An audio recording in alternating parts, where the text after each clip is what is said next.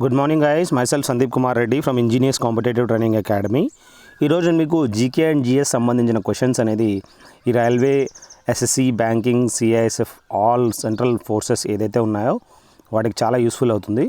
So please go through whatever has been given. They are very useful for you for all competitive examinations. Maximum compile చేసి ఇవి ఇవ్వడం జరిగింది. చాలా మంచి information దీంట్లో ఉంటుంది. So don't miss them. ఏవైతే రావో వాటిని రాయడానికి ట్రై చేయండి, ఏవైతే వస్తాయో వాటిని జస్ట్ రివైండ్ చేసుకోండి.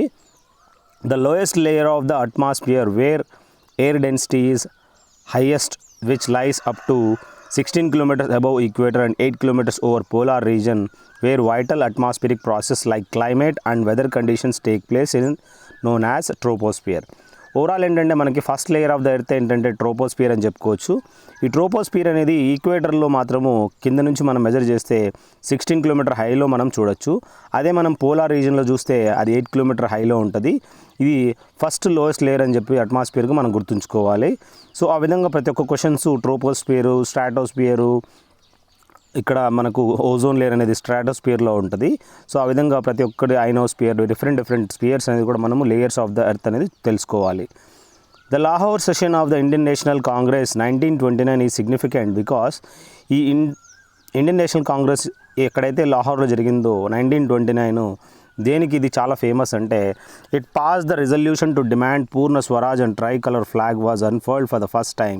మన ట్రై కలర్ ఫ్లాగ్ అనేది అన్ఫోల్డ్ కావడం అంటే ఈ విధంగా అన్ఫోల్డ్ అంటే ఈ విధంగా దాన్ని అన్ఫోల్డ్ చేయడం అంటే జెండా ఆ విధంగా ఎగరవేస్తారో అది చేయడం జరిగింది.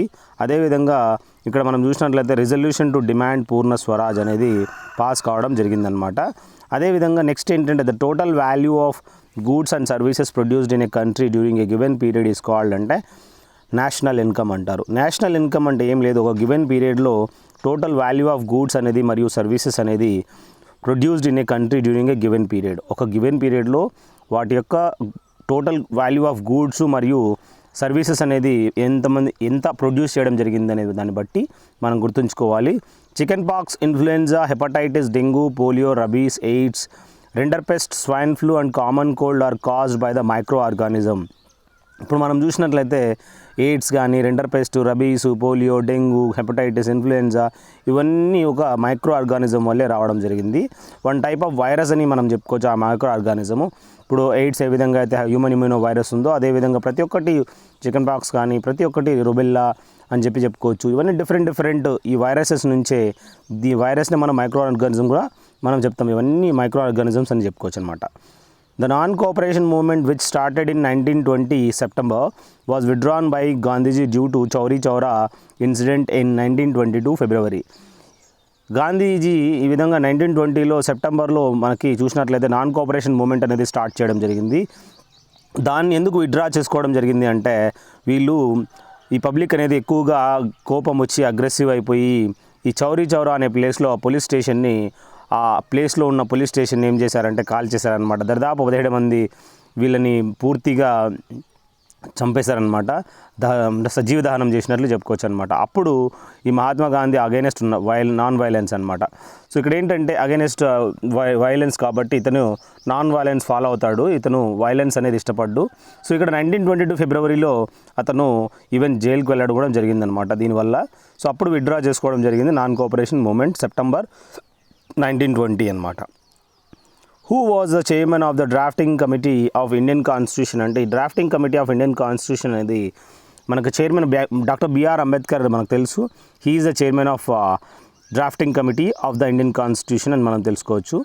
Which state in India has the largest and longest Coast line అంటే మన ఇండియాలో లార్జెస్ట్ అని చెప్పుకోవచ్చు. ద కోస్ట్ లైన్ ఏదిరా అంటే గుజరాత్ అని మనం గుర్తుంచుకోవాలి. గుజరాత్ ఈ విధంగా లాంగెస్ట్ కోస్ట్ లైన్ మనం చూడొచ్చు. నెక్స్ట్ వచ్చేది ఆంధ్రప్రదేశే మనం గుర్తుంచుకోండి.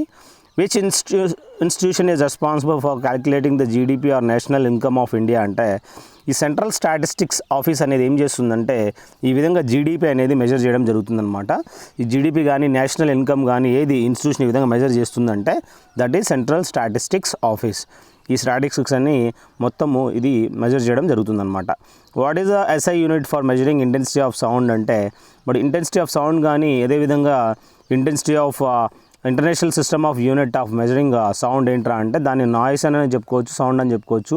అది మనము డెసిబల్లో మెజర్ చేస్తారనమాట. డెసిబల్ అంటే డీబీ అని స్మాల్ సింబల్స్ మనము ఈ విధంగా మెన్షన్ చేయాల్సి ఉంటుందన్నమాట. The first Satyagraha of Gandhiji for the cause of IndiGo farmers against Teen Katia system was observed at చంపరన్లో మనం చూసినట్లయితే మొట్టమొదటి గాంధీజీ యొక్క సత్యాగ్రహ అనేది ఈ ఇండిగో ఫార్మర్స్ ఎవరైతే ఉన్నారో సో అగైనెస్ట్ తీన్ కతియా సిస్టమ్, వాళ్ళు ఒక తీన్ కతియా సిస్టమ్ అనేది ఒకటి గవర్నమెంట్ ఫార్ములేట్ చేయడం జరిగిందనమాట. దాని అగైనెస్ట్ ఈ ఇండిగో ఫార్మర్స్ కోసం అని చెప్పి మహాత్మా గాంధీజీ ఈ చంపరన్లో మొట్టమొదటి సత్యాగ్రహాన్ని స్టార్ట్ చేయడం జరిగిందనమాట. అదేవిధంగా from which country did the Indian constitution borrow the idea of director principles of state policy అంటే మన ఇండియా అనేది కాన్స్టిట్యూషన్ ఫ్రేమింగ్లో వేరియస్ నేషన్స్ నుంచి ఇది తీసుకోవడం జరిగింది. ఈ directive principles of state policy అంటే డిపిఎస్పి అంటారు. ఈ డిపిఎస్పి అనేది ఐర్లాండ్ నుంచి తీసుకోవడం జరిగింది. చాలా ఇంపార్టెంట్ ఇది questions.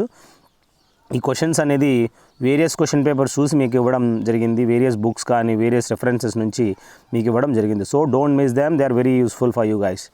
The difference between GNP and NNP equals to the depletion of ozone layer is due to. ఇక్కడ ఏంటంటే జిఎన్పికి గ్రాస్ నేషనల్ ప్రొడక్ట్కి ఎన్ఎన్పి ఈ విధంగా net national product equals the depletion of ozone layer is due to depreciation chlorofluorocarbons అనమాట. ఈ depletion of ozone layer అనేది ఎందుకు జరుగుతుందంటే ఇక్కడ మనం చూసినట్లయితే క్లోరోఫ్లోరో కార్బన్స్ అనేది మనకి అట్మాస్ఫియర్లో రావడం వల్ల ఇక్కడ అట్మాస్ఫియర్లో ఉన్న ఓజోన్ లేయర్ అనేది దెబ్బతింటుందన్నమాట. సో ఇక్కడ main depreciation of chlorofluoro carbons వల్ల ఈ విధంగా డిఫరెన్స్ అనేది మనము చూడొచ్చు. అదేవిధంగా which vitamin is a fat soluble vitamin that plays a role in blood clotting, bone metabolism and regulating blood calcium levels. Blood క్లాటింగ్లో గాను బోన్ మెటబాలిజంలో గాను రెగ్యులేటింగ్ బ్లడ్ కాల్షియం లెవెల్స్లో గాను ఏ విటమిన్ అనేది ఈ విధంగా ఫ్యాట్ సాల్యుబుల్ కూడా మనకు కీ ఇవ్వడం జరిగింది. ఇక్కడ మనకి fat soluble there are 4 fat soluble. Water soluble అయితే బి అండ్ సి అని చెప్పుకోవచ్చు. అదే ఫ్యాట్ సాల్యుబుల్ అయితే ఏ, డి, ఈ అండ్ కే అని మనం గుర్తుంచుకోవాలి. ఇక్కడ వైటమిన్ కే అనేది ఇది యాంటీ కోయాగ్యులెంట్గా మనం గుర్తుంచుకోవాలి. ఇక్కడ మనము చూసినట్లయితే ఇట్ హెల్ప్స్ ఇన్ యాంటీ కోయాగ్యులెంట్గా మనం గుర్తుంచుకోవచ్చు. మెటబాలిజం కానీ regulating of blood calcium levels కానీ వైటమిన్ కే అనేది దీన్నే మనము నాఫ్థోక్వినోన్ కూడా అని మనం చెప్పుకోవచ్చు అనమాట. Penicillin one of the world's first antibiotics was discovered by అంటే ఈ పెన్సిలిన్ అనేది మనము ఫస్ట్ మెయిడెన్ యాంటీబయాటిక్గా గుర్తుంచుకోవాలి. పెన్సిలిన్ అంటారంటే మనకి యాంటీబయాటిక్గా ఈ పెన్సిలిన్ మరియు అంపిసిలిన్ రెండు యాంటీబయాటిక్ అనమాట. ఈ పెన్సిలిన్ అనేది అలెగ్జాండర్ ఫ్లెమింగ్ కనుగొన్నాడు. Which was the only Indus site with an artificial brick dockyard, port town అనమాట. ఇక్కడ మనము గుజరాత్లో ఉన్న లోథాల్ అనేది చూసినట్లయితే ఇది one type of port town అని చెప్పుకోవచ్చు. ఇది which was the only Indus site with an artificial brick dockyard అనమాట. దీంట్లో ఆర్టిఫిషియల్గా బ్రిక్ డాక్యార్డ్ అని మనం చూడొచ్చు అనమాట. అక్కడ port town as well as dockyard where ships are repaired అనమాట. అదేవిధంగా నెక్స్ట్ చూసినట్లయితే permanent revenue settlement of Bengal was introduced by. ఈ విధంగా పర్మనెంట్ రెవెన్యూ సెటిల్మెంట్ అనే బెంగాల్ యొక్క పర్మనెంట్ రెవెన్యూ సెటిల్మెంట్ అనేది ఎవరు ఇంట్రడ్యూస్ చేయడం జరిగిందంటే అక్కడ కార్న్వాలిస్, లార్డ్ కార్న్వాలిస్ అనే వైస్రాయి దీన్ని ఇనిషియేట్ చేయడం జరిగింది. సో ఈ విధంగా రెవెన్యూ సెటిల్మెంట్ ఆఫ్ బెంగాల్ ఎవరు ఈ విధంగా ఇనిషియేట్ చేశారు అంటే లార్డ్ కార్న్వాలిస్ అనమాట.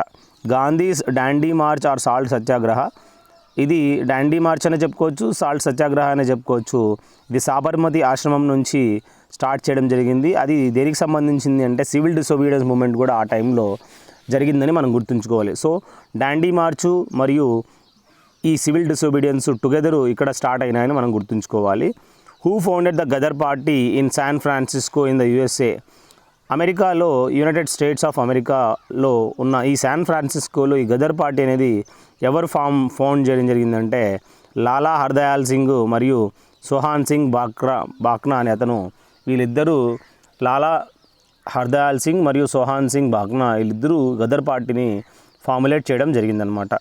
The Lahore session of Indian National Congress 1929 is significant because it passed the resolution demand Purna Swaraj and tricolor was unfurled for the first time. ఈ విధంగా మొట్టమొదటిసారిగా ఈ విధంగా అన్ఫర్ల్ చేశారు. అలా డిస్కస్ చేసుకున్నాము. కొన్ని క్వశ్చన్స్ అనేది నో ప్రాబ్లం రిపీట్ అవ్వడం జరిగింది. Which was the only Indus site with an artificial brick అంటే దట్ ఈస్ లోతాల్ అని చెప్పుకున్నాం. Permanent revenue settlement of Bengal was introduced by Cornwallis అనే అతను ఈ విధంగా బెంగాల్ పర్మనెంట్ రెవెన్యూ ఈ విధంగా చేయడం జరిగింది. అదేవిధంగా సాల్ట్ సత్యాగ్రహ, సివిల్ డిసొబీడియన్స్ అని మనం చెప్పుకున్నాము. అదేవిధంగా నెక్స్ట్ మనం చూసినట్లయితే who founded the Ghadar party in San Francisco in USA. The quit India resolution 1942 propose the starting of non violence mass struggle on the widest possible scale. Who gave the mantra do or die అంటే for this struggle అంటే అన్నిటికీ మనం చూసినట్లయితే ఈ మంత్ర do or die అనేది ఈ విధంగా లాల్ హర్దయాల్ సింగ్, సుహాన్ సింగ్ బాక్నా మరియు మహాత్మా గాంధీ వీళ్ళు ముగ్గురు ఏం చేశారంటే వీటికి మెయిన్ రీజన్ అనమాట. Ghadar party, quit India movement 1942, అదేవిధంగా డూ ఆర్ డై స్లోగాన్ ఇచ్చింది మహాత్మా గాంధీ అని మొత్తం మనము ఒక్కొక్క దానికి ఈజీగా మనము ఫిగర్ అవుట్ చేయొచ్చు. సో ప్రతి ఒక్కటి గుర్తుంచుకొని డూ ఆర్ డైని ఇచ్చింది మహాత్మా గాంధీ. ఈ లాల్ హర్దయాల్ మరియు సోహాన్ సింగ్ గదర్ పార్టీ అయితే 1942 క్విట్ ఇండియా మూమెంట్ లీడ్ చేసింది ఎవరంటే మహాత్మా గాంధీ అనమాట. అదేవిధంగా who establish the Mughal empire in India in 1526. 1526లో బ్యాటిల్ ఆఫ్ పానిపత్, మొట్టమొదటి బ్యాటిల్ ఆఫ్ పానిపత్ మనం చూసినట్లయితే ఇక్కడ బాబర్ అనే అతను ఫౌండర్ ఆఫ్ మొఘల్ ఎంపైర్ అని చెప్పుకోవచ్చు. సో 1526 బ్యాటిల్ ఆఫ్ పానిపత్ తర్వాతనే ఇది మొత్తం మొఘల్ ఎంపైర్ అనేది స్టార్ట్అప్ కావడం జరిగిందనమాట. The battle of Plassey was fought on అంటే between Sirajuddaulah and Lord Clive of British East India Company అనమాట. ఇక్కడ మనం చూసినట్లయితే బ్యాటిల్ ఆఫ్ ప్లాసీ అనేది ప్లాసీ యుద్ధం ప్రకారం 23 జూన్ 1757 సంవత్సరంలో సిరాజుద్దౌలా మరియు lord Clive of British East India company వీళ్ళ మధ్యలో ఇది జరిగిందని మనం గుర్తుంచుకోవాలి. 23 జూన్ 1757 అని గుర్తుంచుకోండి. The Satya Shodhak Samaj was founded by అంటే జ్యోతిబా ఫూలే అనే అతను 1873లో ఈ సత్య శోధక్ సమాజ్ అనేది ఫార్ములేట్ చేయడం జరిగిందనమాట. సో జ్యోతిబా ఫూలే అనే ఇక్కడ 1873లో ఈ సత్య శోధక్ సమాజ్ అనేది ఫామ్ చేయడం జరిగిందనమాట. విక్రమ్శీల యూనివర్సిటీ వాజ్ ఫౌండెడ్ బై అంటే ఈ విక్రమ్శీల యూనివర్సిటీ అనేది ఎవరు ఫౌండ్ చేశారంటే ఇక్కడ మనము ధర్మపాల అనే అతను విక్రమ్శీల యూనివర్సిటీ ఫౌండ్ చేయడం జరిగిందనమాట. The famous Kailash temple cut out of the solid rock at Ellora was built and the patronage of the అంటే రాష్ట్రకూట కింగ్ కిషన్ 1 అనే అతను మనకి ఏదైతే అజంతా ఎల్లోరా ఈ కేవ్స్ ఉన్నాయో ఈ మహారాష్ట్రలో అజంతా ఎల్లోరా కేవ్స్ ఔరంగాబాద్లో మనం చూడొచ్చు. ఇది Kailash temple cut of the solid rock at Ellora was built under the patronage of Rashtrakuta king Krishna 1గా మనం గుర్తుంచుకోవాలి. అక్కడ ఎల్లోరా ఈ టెంపుల్స్ అనేది కైలాస్ టెంపుల్ ఎవరు కట్టించారంటే రాష్ట్రకూట కింగ్ కృష్ణ 1 అతను కట్టించడం జరిగిందనమాట. First battle of Panipat which లైడ్ the foundation of అంటే ఈ మొట్టమొదటి బ్యాటిల్ ఆఫ్ పానిపట్ అనేది 1526 సంవత్సరంలో మొట్టమొదటి బ్యాటిల్ ఆఫ్ పానిపట్ అనేది జరిగిందని గుర్తుంచుకోండి. Sher Shah defeated Humayun at Chausa 1539 and Kannauj 1540 forcing him to flee to Iran అనమాట. ఈ షేర్షా ఏం చేశాడంటే హుమయూన్ని ఈ విధంగా ఓడించాడు. అదేవిధంగా ఇక్కడ ఆ టైంలో ఏమైందంటే ఆ బ్యాటిల్ ఏంట్రా అంటే చౌసా అని చెప్పుకోవచ్చు, కన్నౌజ్ అని గుర్తుంచుకోవచ్చు. అప్పుడు ఈ విధంగా హుమయూన్ని ఓడించడం జరిగింది. సో అప్పుడు అతను ఇరాన్కి కూడా పారిపోవడం కూడా జరిగిందనమాట. ఆ టైంలో షేర్షా ఓడించడం జరిగింది. హూ రోట్ ఎయిన్-ఇ అక్బరీ అనేది ఎయిన్-ఇ అక్బరీని మనం చూసినట్లయితే అక్బర్నామా మరియు ఎయిన్-ఇ అక్బరీ ఎవరు రాశారంటే ఇక్కడ మనం చూసినట్లయితే అబుల్ ఫజల్ అనే అతను ఎయిన్-ఇ అక్బరీ మరియు అక్బర్నామా ఈ రెండు రాయడం జరిగింది. అక్బర్నామా అయితే బయోగ్రఫీ ఆఫ్ అక్బర్ అని గుర్తుంచుకోవచ్చు. ఈ ఎయిన్-ఇ అక్బరీ అయితే అతని యొక్క పరిపాలనా విధానం గురించి దీంట్లో మెన్షన్ చేయడం జరిగిందనమాట. Who became the first governor general of Bengal in 1773 అంటే 1773లో మొట్టమొదటి గవర్నర్ జనరల్ ఆఫ్ బెంగాల్ ఎవర్రా అంటే వారన్ హేస్టింగ్ అనే అతను ఈ విధంగా మొట్టమొదటి గవర్నర్ జనరల్ ఆఫ్ బెంగాల్గా మనం గుర్తుంచుకోవచ్చు. 1773లో ఆయన వారన్ హేస్టింగ్ అనే అతను మొట్టమొదటి గవర్నర్ జనరల్ ఆఫ్ బెంగాల్గా నామినేట్ చేయడం జరిగిందనమాట.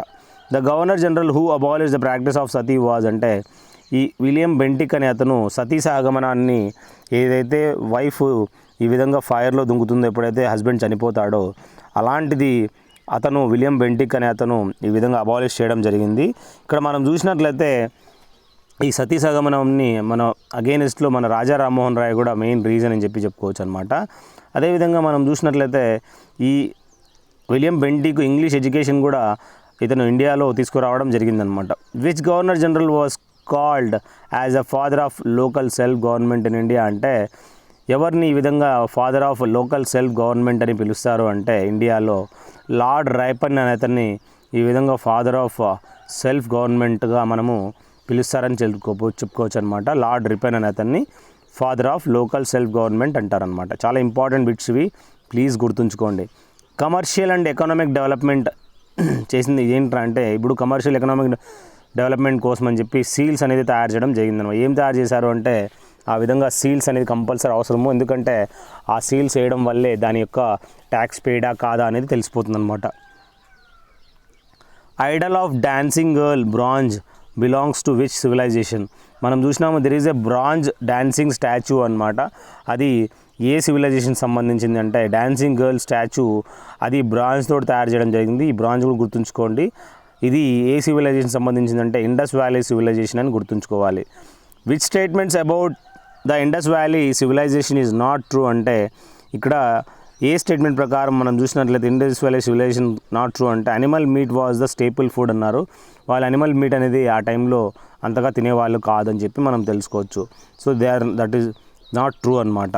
నెక్స్ట్ ఏంటంటే, which is proved by the discovery of seal at which Indus valley site was the first to be discovered అంటే హరప్పా అని చెప్పుకోవచ్చు.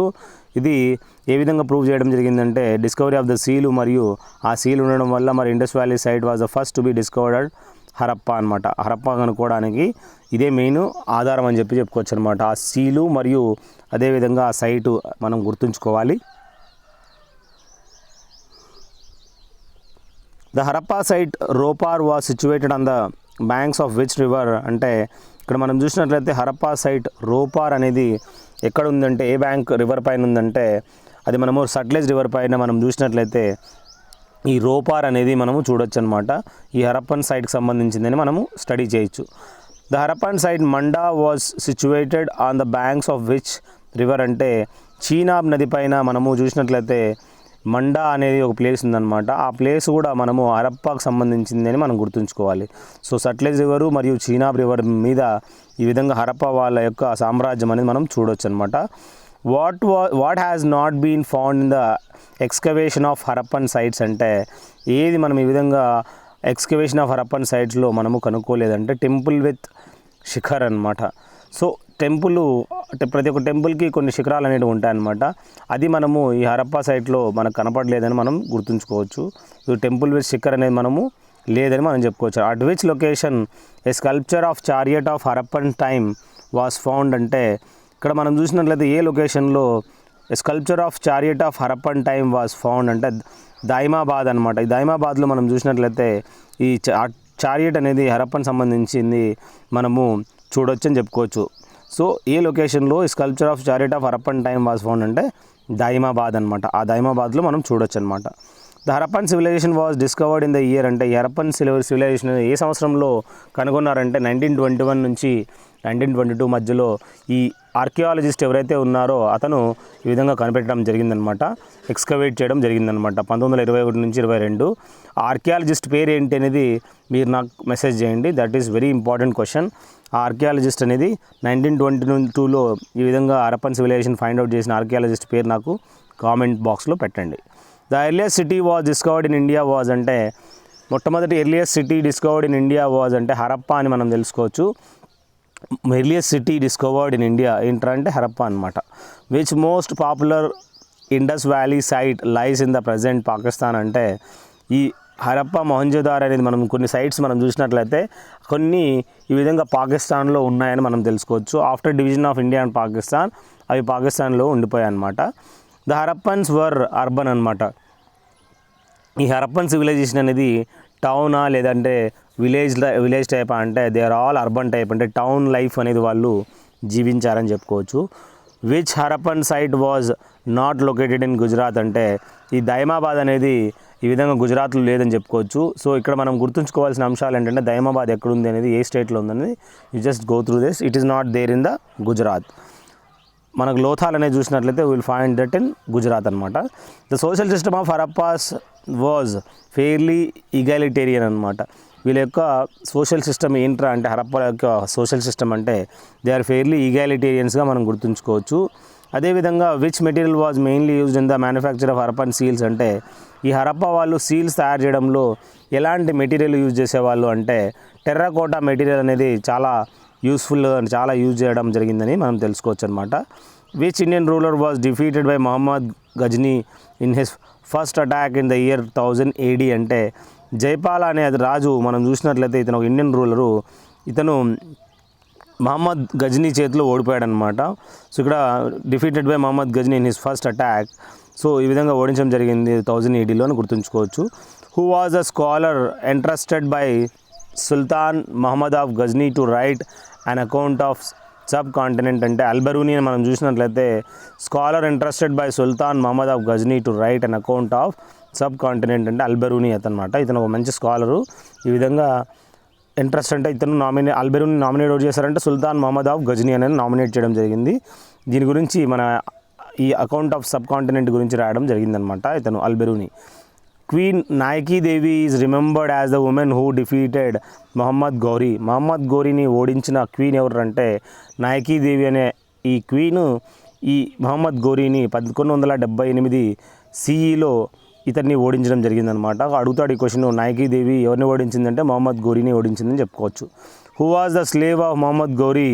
He became the ruler after the death of his master and found the slave dynasty అంటే ఇక్కడ మనము చూసినట్లయితే ఎవరు ఈ విధంగా slave of Mohammad Gauri?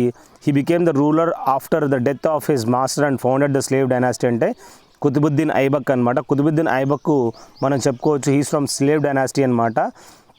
So he was the slave of Mohammad Ghori. He became the ruler after his master's death అనమాట. So ఇతను తన దగ్గర పని చేస్తూ మహమ్మద్ గౌరీ దగ్గర కుతుబుద్దీన్ ఐబక్ తను కింగ్ కావడం జరిగిందనమాట. Dash was born to the Chauhan king Someshvara and his queen Karpura Devi in 1166 CE అనమాట. 1166లో చౌహాన్ కింగ్ ఎవరైతే ఉన్నారో సోమేశ్వర మరియు క్వీన్ కర్పూరా దేవి 1166 CEలో ఎవరికి ఈ విధంగా పృథ్వీరాజ్ చౌహాన్ అనే అతను మనం చూసినట్లయితే వీళ్ళ తల్లి అని చెప్పుకోవచ్చు. సో ఓవరాల్ ఏంటంటే చౌహాన్ కింగ్ ఎవరైతే ఉన్నారో సోమేశ్వర మరియు క్వీన్ కర్పూరాదేవి వీళ్ళ యొక్క కుమారుడే పృథ్వీరాజ్ చౌహాన్ 1166లో పుట్టాడని చెప్పి తెలుసుకోవచ్చు అనమాట. The first invasion of Mohammad Ghori was in 1175 ADలో మనం చూసినట్లయితే మొట్టమొదటి ఇన్వేజన్ ఆఫ్ మహమ్మద్ గౌరీ ఈ విధంగా అటాక్ చేయడం జరిగింది. హీ వాజ్ అటాక్డ్ ముల్తాన్ అనమాట. ముల్తాన్ని ఈ విధంగా అటాక్ చేయడం జరిగింది గౌరీ మహమ్మద్. సో 1175 AD అంటే అన్నా డొమిని అనమాట. Who was the best known Chahamana and Chauhan ruler who defeated Sultan Mahmud Ghori in 1191 AD అంటే ఇక్కడ పృథ్వీరాజ్ III అనే అతను చూసినట్లయితే ఇతను బెస్ట్ నోన్ చౌహాన్ అని చెప్పుకోవచ్చు. రూలర్లో మొత్తం చౌహాన్స్లలో పృథ్వీరాజ్ III అనే అతను చాలా ఫేమస్. ఎవరైతే ఈ విధంగా సుల్తాన్ మహమ్మద్ గౌరీని 1191లో ఈయన్ని ఓడించడం జరిగిందనమాట. సో పృథ్వీరాజ్ III అనే అతను ఈ మహమ్మద్ గౌరీని 1191లో ఓడించాడని చెప్పుకోవచ్చు. Who was defeated by Mahmud Ghori in the battle of Chandawar అంటే ఈ మహమ్మద్ గౌరీ బ్యాటిల్ ఆఫ్ చండావర్ అనే యుద్ధంలో చూసినట్లయితే మహమ్మద్ గౌరీ జైచాంద్ని ఓడించడం జరిగిందనమాట. Who did not rule the Delhi Sultanate అంటే గౌరీ డైనాసిటీ మనం చూసినట్లయితే ఈ విధంగా ఢిల్లీ సల్తనేట్ని ఎప్పుడూ రూల్ చేయలేదని మనం తెలుసుకోవచ్చు. Sultan Mahmud Ghori who defeated Prithviraj III in 1192 was a ruler from Afghanistan అనమాట. ఇక్కడ మనము Ghori Mahmud who defeated Prithviraj III in 1192 was a ruler from అంటే ఆఫ్ఘనిస్తాన్ యొక్క రూలరే ఈ మహమ్మద్ గౌరీ అని మనం గుర్తుంచుకోవాలి. ఈ మహమ్మద్ గౌరీ ఆఫ్ఘన్ రూలర్గా ఉండి ఈ పృథ్వీరాజ్ IIIని ఈ విధంగా 1192లో ఓడించడం జరిగిందనమాట. ఈ విధంగా మ్యాక్సిమం క్వశ్చన్స్ అనేది మీకు ఇవ్వడం జరిగింది. ఈ 60 క్వశ్చన్స్ మ్యాక్సిమం ప్లేసెస్ నుంచి అక్యుములేట్ చేసుకొని మీకు మొత్తం ఇన్ఫర్మేషన్ అనేది ఇవ్వడం జరిగింది. Please go through them and I want you guys to go through one's playlist. You will find maximum information for all competitive examinations. So if you like it, please let me know by commenting it and subscribe it and share it to your friends also. So this is my mobile number 7667302252. Thank you guys. I hope this information meeku chaala help avutundi anukuntunnanu. Thank you. Have a good day. Have a great life.